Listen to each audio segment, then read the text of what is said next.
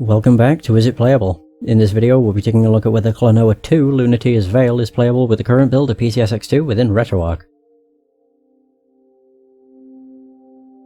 Now since the last time I actually did one of these videos, there has been a change in regards to the Xbox Series X OS, which completely broke the PCSX2 core within RetroArch.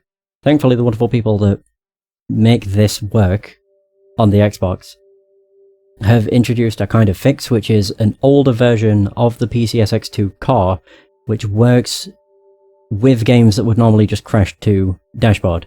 Klonoa 2 is a game that would normally crash to dashboard. The conundrum with this is that this only affects the Xbox, so I'm not really sure what I should do. Should I focus on, and honestly I should probably ask what people would rather see, should I focus on a core that has higher compatibility, or focus on the most recent build of PCSX2? Yeah, start one without creating a file, that's fine. If I make a, there we go.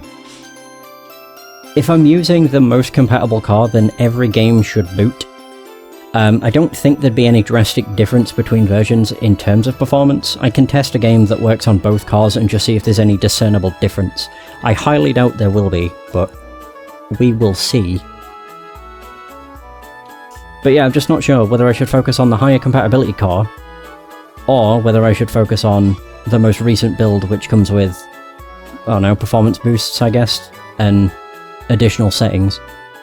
The only downside to this build is the fact it doesn't have certain things. So like, the PCSX2 core now comes with like built-in 60 FPS patches, built-in deinterlacing. There's a lot of stuff it comes with that's pretty nice. But yeah, I just want to know what people want to see, or would rather see. Because if I'm using the most recent PCSX2 build, then I won't be able to test certain games because they won't boot. I do have a list of games that do boot. The games that currently crash, of the small amount that I've tested, I literally just took the ones that I had suggested to me to cover, and tested whether they crashed or not. And the ones that do crash is Crash Tag Team Racing, Crash to Insanity, and Max Payne 2. So I could do one of two things. I can either, that looks like a bit of a texture issue, I can either just use this core that I'm using for Klonoa 2 for games that crash on the current build, but use the current build for every other game, assuming it boots. If a game boots, use the current build. If it doesn't, use this. I know I said that in the worst possible way, but, you know. It's hard to get my words across. I'm just not sure how to ask it.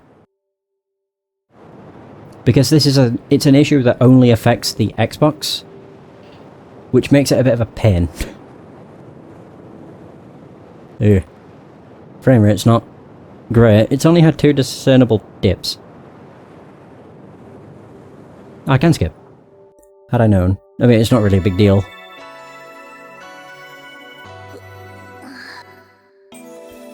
Sea of Tears.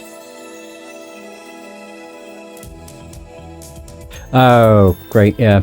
This is a car that'll have issues if I use the analog stick, due to sensitivity. I'm trying to remember how you play this. Oh, that allows us to float. I will admit, it's weird that there seems to be certain sound effects missing. I don't think that's intentional. It's very weird. I should have not done that. Yeah, it does seem like there is certain sound effects missing. Oh wait, if I use... will that work? There we go. Hooray! Yeah, there's like no sound effect for when stuff is popped. And I don't think that was something I could set. I would say this could just be a game that doesn't have sound effects. Oh. Okay, yeah. We know.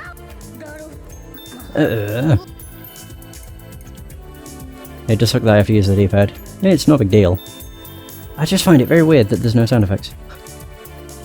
It's very strange.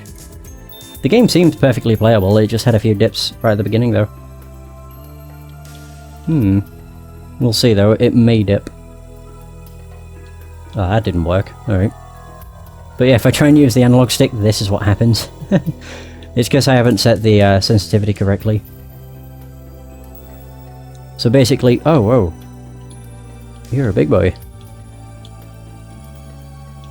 Yeah, so because the sensitivity isn't set correctly, it doesn't register this, like moving it all the way to the left as a button push, I guess. Even a spring?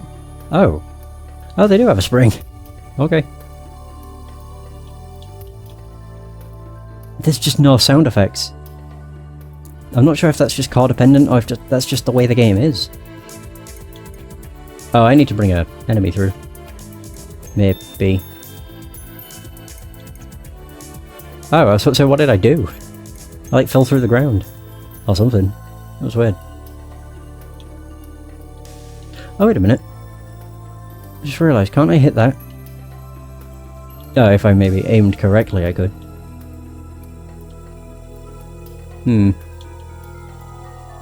That doesn't hit it. Oh. Either way, it's been 9 minutes, and I would say the game is perfectly fine. There was the few frame rate dips at the beginning, for some reason. Still don't really understand why I fell through the ground. Weird. My biggest issue with the game is the fact it doesn't seem to have sound effects. But either way, I would have to say that Klonoa 2, Lunatea's Veil, is playable.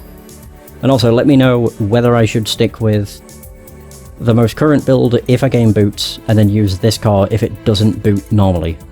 Just let me know, because I would like to. Otherwise, I'm limited to what I can cover, basically. But regardless, that is going to be the end of this video. Thank you so much for watching, I hope you have enjoyed. If you did, please like the video, subscribe for more, leave suggestions for games you want to see, and until next time, take care.